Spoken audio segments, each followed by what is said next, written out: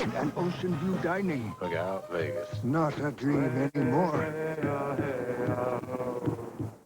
Mike Donahue and Shirley Hancock, News 76. Back to square one in Red Square. Boris Yeltsin forced into a runoff for president of Russia with his communist arch foe. In a one-on-one interview, communist Gennady Zyuganov tells me Yeltsin's time is past and he, not Yeltsin, should have his finger on Russia's nuclear button.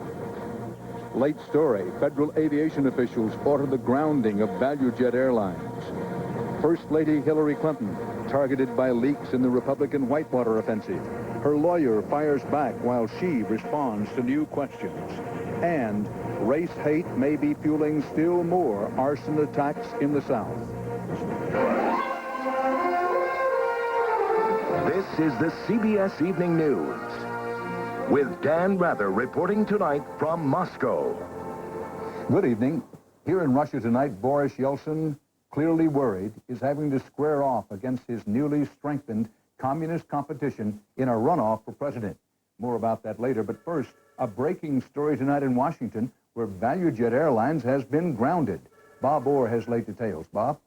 Dan, the grounding of ValueJet Airlines is effective at midnight tonight. The FAA, which itself has been under fire for failing to act earlier, late today forced the carrier to voluntarily ground its fleet of aircraft or face a federal shutdown.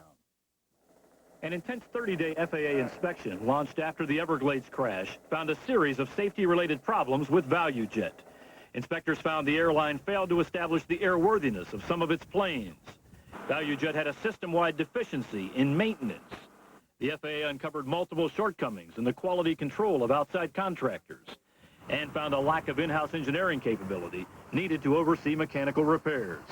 ValueJet has agreed to cease passenger operations voluntarily at midnight tonight, Eastern Daylight Time. We asked them to cease operations based upon the results of the inspections just concluded, and they agreed to do so.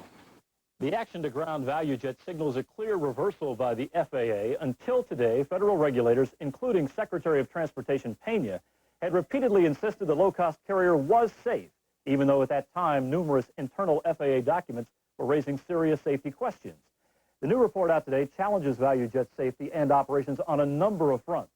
And sources say until the carrier can once again prove that it's airworthy, ValueJet will not be going anywhere.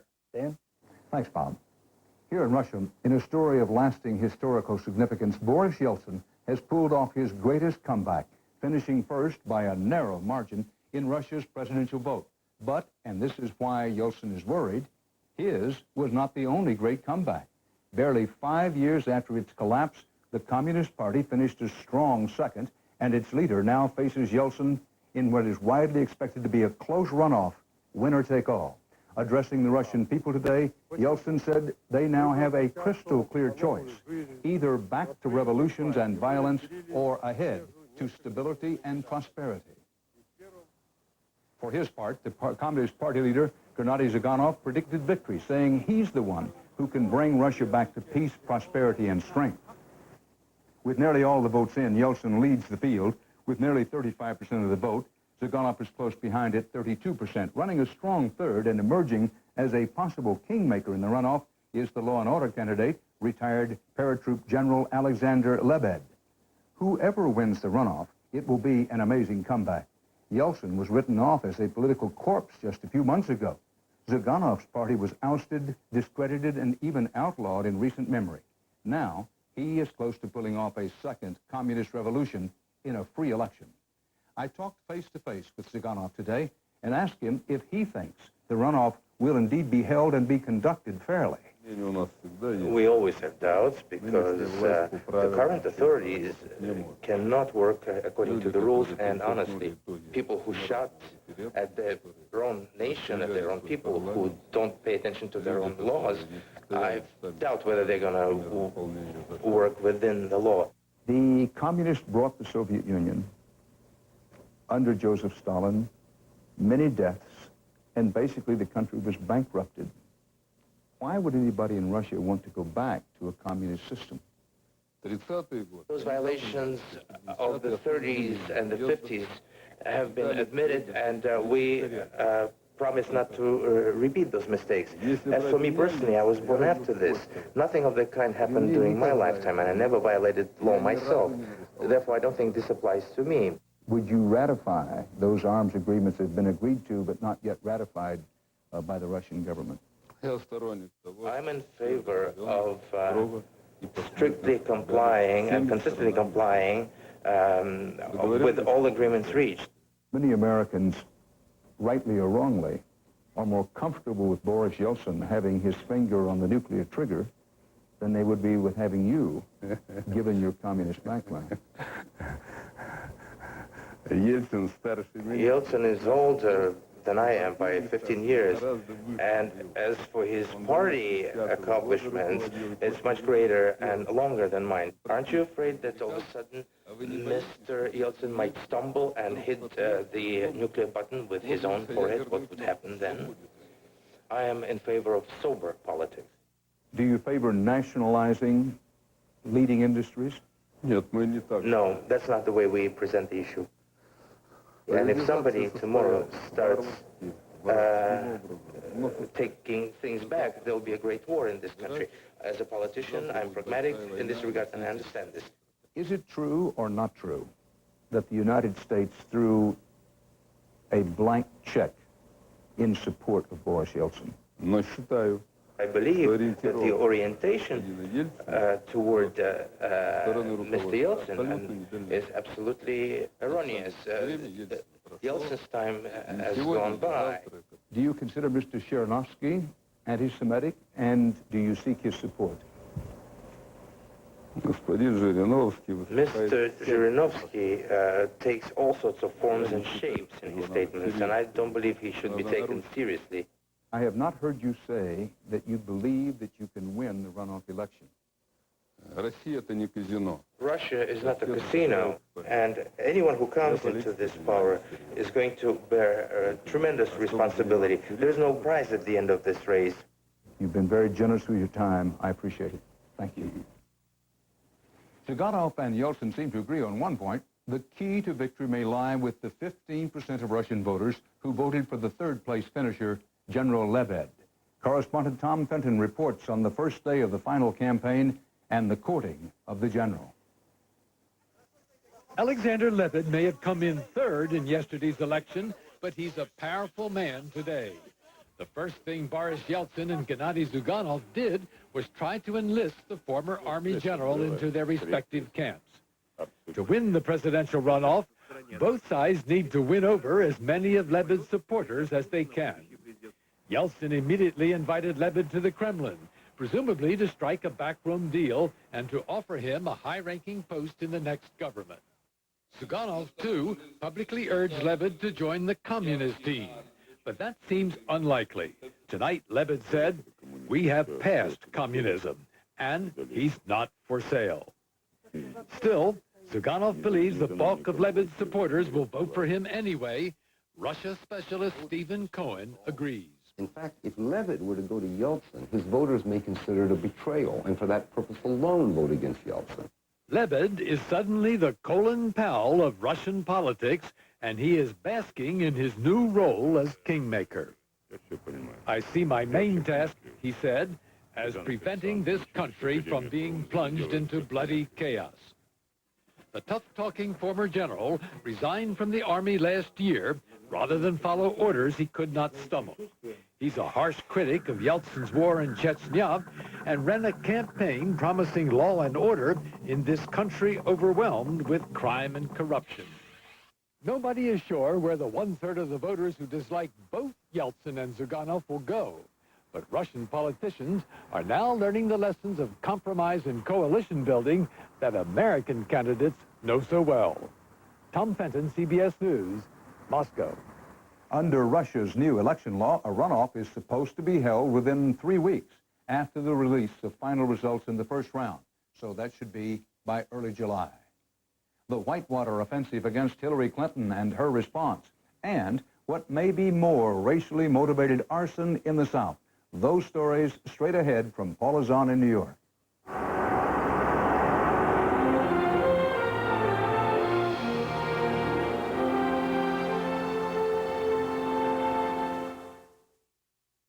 It's a great time to be silver because you're over 50 and you haven't lost your edge. Now there's a Centrum made just for you. Centrum Silver for your changing nutritional needs. Centrum Silver. It's a great time to be silver. Jerry West and the Big O rediscovered the power of Anacin. For a towering headache. Regular strength Bayer, Zufrin, or even Tylenol can't work like Anacin. With Anacin, I'd still be playing. That's the coos. The power of Anacin for towering headaches. When you manage a restaurant all day, you need the strongest hold you can get. That's why I switched adhesives. It'll hold stronger, longer, or your money back guaranteed. Oh, that's good. Now I can sip hot soup at lunch and still make it to dinner to greet my favorite customers. Grandpa! Fix-It-Dent will hold stronger, longer than any other adhesive or your money back. It's a long, hard day, but I love every minute of it. For a stronger, longer hold or your money back, Fix-It-Dent and forget it. Guaranteed. In Washington, the Whitewater spigot was turned up full today. First Lady Hillary Rodham Clinton submitted written responses to new questions from the Senate Whitewater Committee. Her lawyer responded as well, blasting committee Republicans for leaking a draft report targeting the First Lady by name more than 100 times. Bill Plant begins our coverage. First Lady Hillary Rodham Clinton responded in a terse two-page affidavit to 3 questions from the Senate Whitewater Committee, submitted to her as they were preparing to go out of business. Mrs. Clinton said she did not know how records were removed from her office or how the billing records came to be at the White House. But in a letter to Committee Chairman D'Amato, her personal lawyer, David Kendall, blasted the committee for leaking its report, which he called the verdict of a partisan kangaroo court. And he characterized the committee's questions as a last-minute hit-and-run smear, unworthy of a congressional committee. Despite her lawyer's confrontational rhetoric, the First Lady's husband was not talking about the flap. But he couldn't resist a shot at the Republican leak of the report. It's a standard practice. The president didn't want to get personally involved, but his lieutenants were ready to do political battle. All the committee, the majority is left is doing is speculating and raising innuendo that's designed to impugn her character. That may just be politics, but independent counsel Kenneth Starr is playing for keeps. Another Whitewater-related trial began today in Little Rock. Former bankers Robert Hill and Herbie Branscombe are accused of making illegal contributions to Mr. Clinton's 1990 campaign for governor. The outcome of that trial, in which the president will also testify once again via videotape, is of far greater concern to the White House than the majority report of the Senate Whitewater Committee. Bill Plant, CBS News, the White House. This is Bob Schieffer at the Capitol. The Republicans' part of the Whitewater report that was leaked to news agencies over the weekend raises a series of questions about the First Lady's credibility, but there is little new. Rather, it's the Republicans' analysis of information made public during the hearings, and the accusations are scathing. Senior administration officials are accused of engaging in a pattern of highly improper conduct in responding to investigations of the Clintons' involvement in Whitewater and related matters, adding they deliberately misused their offices to advance the purely private interests of the President and Mrs. Clinton. Further, at the direction in part of Mrs. Clinton, senior White House officials prevented law enforcement officials from examining Mr. Foster's records after the White House lawyer's death. Mrs. Clinton's Chief of Staff, Margaret Williams. I do not recall specifically. The First Lady's confidant, Susan Thomas's. I have no recollection. Former White House counsel Bernard Nussbaum and one-time Justice Department official Webb Hubbell are accused of giving inaccurate testimony to conceal Mrs. Clinton's pivotal role in trying to block the investigation into Foster's death. Committee Democrats came to an entirely different conclusion. They'll report tomorrow that neither the President nor Mrs. Clinton did anything improper or illegal. The important thing, of course, is what the independent counsel Kenneth Starr concludes. He'll weigh all of this now and decide whether any of it warrants filing criminal charges. Bob Schieffer, CBS News at the Capitol. And when we come back, church fires in the South. There were 2 more today. That story in just a moment.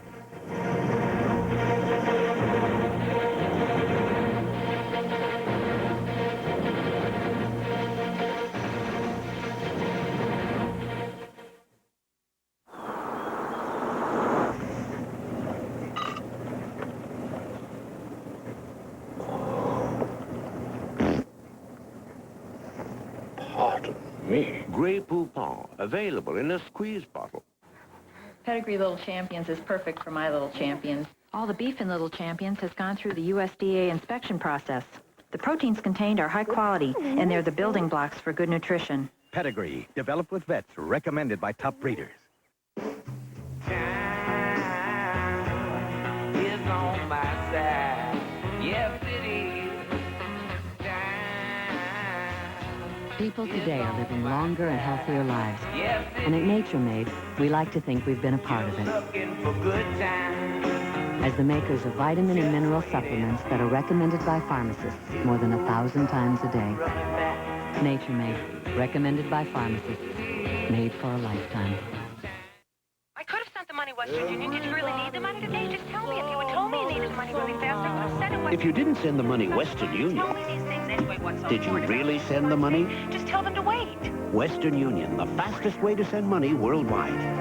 No, I didn't send the money Western Union, but I figured, what's the difference? 601. If you didn't send the money Western Union, did you really send the money? Sorry it didn't get there, but I wouldn't worry. Western Union, the fastest way to send money worldwide.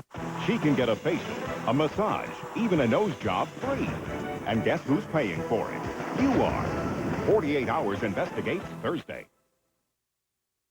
President Clinton called on all Americans today to speak out against the burning of churches in the South. There were more fires early today at churches in Georgia and North Carolina.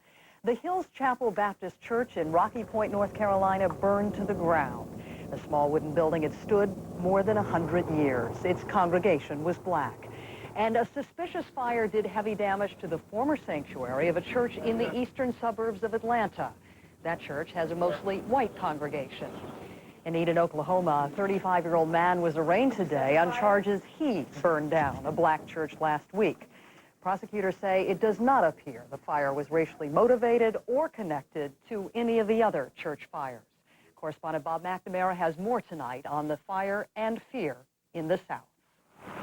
Tonight from Rocky Point, North Carolina, to Stone Mountain, Georgia, to tiny Greenville, Texas, the South is smoldering, struggling with a series of fires that can't seem to be stopped. More seem to be burning, and we want to get to the bottom of this. Today, ATF agents searched for clues in two churches that once held congregations. The American people need to search their hearts about this. While the president called on the country to put an end to the arson attacks. This has got to stop. Over the weekend in Texas, thousands gathered in a Greenville stadium to try to keep the small town's rash of fires from igniting racial anger. This is our hope.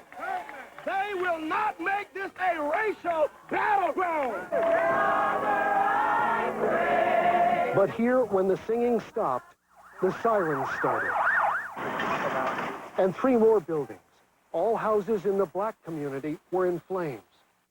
Here, the 11 suspected arsons have done more than destroy homes and churches. They have destroyed this town's sense of tranquility and trust. Now people are afraid of more than just another fire. They are afraid of each other. You can still smell the smoky stuff. They have lived here and loved Greenville all their lives. But today they say they don't know how they feel about their hometown. It's getting closer and closer to where we live, and it's like people's lives are getting threatened now. Somebody could actually get killed now. Is this town worse than any other town? I doubt it. Here, the NAACP has used the occasion to blast local race relations. There might be an African-American starting these fires. The Klan has come here to plan a recruiting rally. It could be somebody we least expect. And locals are left wondering who's setting the fires and what will happen tonight when the sun goes down. Bob McNamara, CBS News, Greenville, Texas. And I'm Paula Zahn in New York. Dan Rather will be back in a moment with more from Moscow.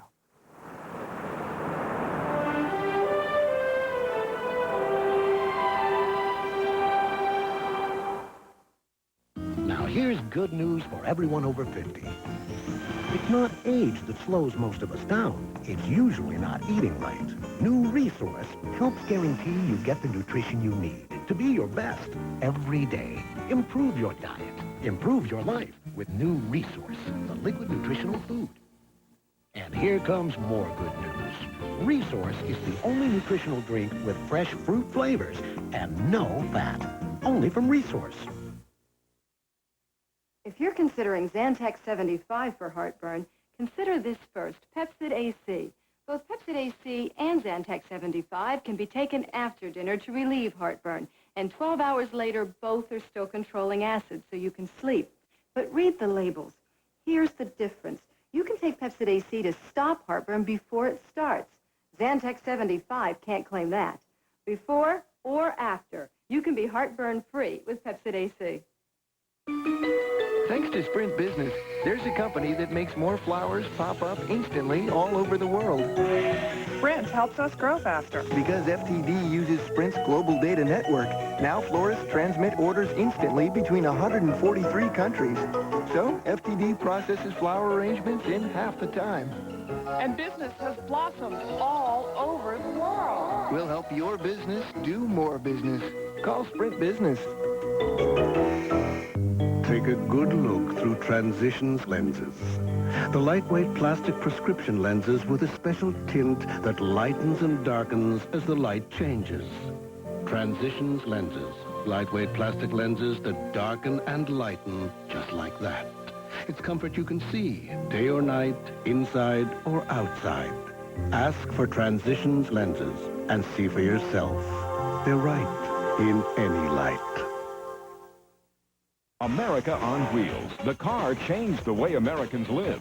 See how the automotive revolution drove us into the 20th century. Tomorrow on CBS This Morning. It's hard to say what's most at stake for Russian voters in this historic election. Hard to say because it seems everything is at stake. Freedom, economic development, security, peace. The difference for individual voters is in what they see as most important. And the differences among voters are vast. If the communists have an enemies list, it's a good bet this man's name is on it. Journalist and anchorman Boris Notkin. His talk show is must-viewing for anyone who cares about the news here in Moscow. Notkin once prided himself on unbiased coverage, but now unbiased coverage has taken a back seat to what he calls stopping a communist victory. He believes the stakes are that high. A bloodbath is also very likely. You think if the communists win, a bloodbath is likely? Very likely. This is the reason that you have abandoned your objectivity and come out in support of Yeltsin. Yes. How do you feel about that? It is very unpleasant. It is very unpleasant to choose, let's say, between a thief and a murderer. But to me, a thief is much better than a murderer. I don't say that Yeltsin is a thief, but there are very many thieves under Yeltsin. A stroll through one of the luxury shopping areas in Moscow gives the impression of a society where the classes are pulling further apart. This is where the new Russian millionaires, including the criminal class, come to spend their rubles. Just around the corner, you'll find women who can't live on their monthly pension, so they try to sell cheap products to get by. Take a ride to the Exhibition of Economic Achievements, and you'll meet the people in the middle. These are the Russians with the most to lose if this country begins another radical economic change. This place was built during the Stalin era as a propaganda showplace for the achievements of communism. But now, in between the massive Soviet monuments are little shrines to Western consumerism with names like Wrangler, Levi's, and Lee's, and Lucky Strike. These middle-income shoppers, loaded down with purchases, present a picture of the new Russian affluence. But even here, there are some doubts about changes during Yeltsin's first term. Your previous television set was Russian or Japanese? Russian. Uh-huh. Are things better for you today than they were 4 years ago, or not as good? I don't know, he says. I think life was somehow easier then. Now the country's all different. Prices are going up. Things used to be easier. Despite all its minuses, this man told us, life here has become better. You have more freedom. No. I personally think things are worse. The elderly have been the biggest losers in Yeltsin's new Russia. People like Lilia Pedrovna, who taught English for years and had her savings wiped out by inflation. And this is my daughter. For Lilia, the old times under communism bring back good memories. Free schooling and summer camps for the children, streets that were safer and cleaner. Before, under the communist government, they made people clean the streets, clean the hallways. Yes, of course. And it now? was better. And now, nobody wants to do anything. We took a walk with her to the polling place and tried to understand the votes she and her 84-year-old neighbor cast. 2 more votes for the communist Gennady Zyuganov. Is it fair to say that in this election, you and your friend are voting your pocketbook? Yes. Yes. For future, for better future. We vote for better future. We hope so. Hoping for a better future. One never returns here to the Kremlin and Red Square without being reminded that for the past 1,000 years, Russia has been dominated by a tradition of great wealth and privilege at the top, concentrated in the hands of a very few. The rest of Russia has looked at that and longed for it. Communism was supposed to end the disparity between haves and have-nots. It didn't. 5 years after the fall of communism, the longing endures. It is a powerful longing. It's led to revolution more than once. And only now has it learned how to vote. That's part of our world tonight. For the CBS Evening News, Dan Rather reporting from Moscow. Good night. They say the moment you hear the diagnosis, you stop hearing everything else. That's why Time Life Medical and former Surgeon General C. Everett Koop are introducing individual videos with workbooks designed to help you and your loved ones better understand a serious diagnosis, what it means, and what happens next.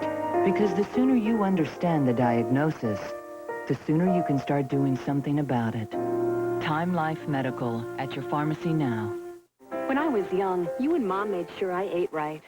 Well, you were my little girl. Well, today we're listening to our doctors and taking better care of our health with Ensure. Ensure is recommended #1 by doctors as a source of complete, balanced nutrition. More than a vitamin supplement, Ensure has all the nutrients adults need to help stay healthy, active, be energetic. Drink Ensure as a meal. Or in between. Ensure. To your health, Dad. To our health. Now Ensure has a new advanced formula with even more nutrients. It's a little pill to fight gas. It's fast. It's concentrated. It's powerful. It's a soft gel with no taste. For me, it's the best Gas X. Try extra strength Gas X soft gels. Sandwiches taste better when somebody else makes them. But you gotta make it with good stuff, like Healthy Choice cold cuts. There's less salt, only 1 gram of fat.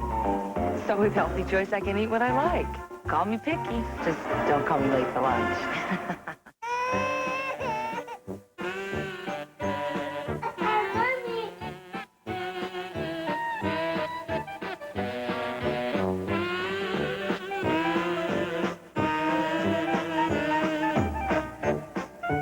Hi there. Snap, crackle, pop, Kellogg's Rice Krispies. Try new Kellogg's All-American Rice Krispies.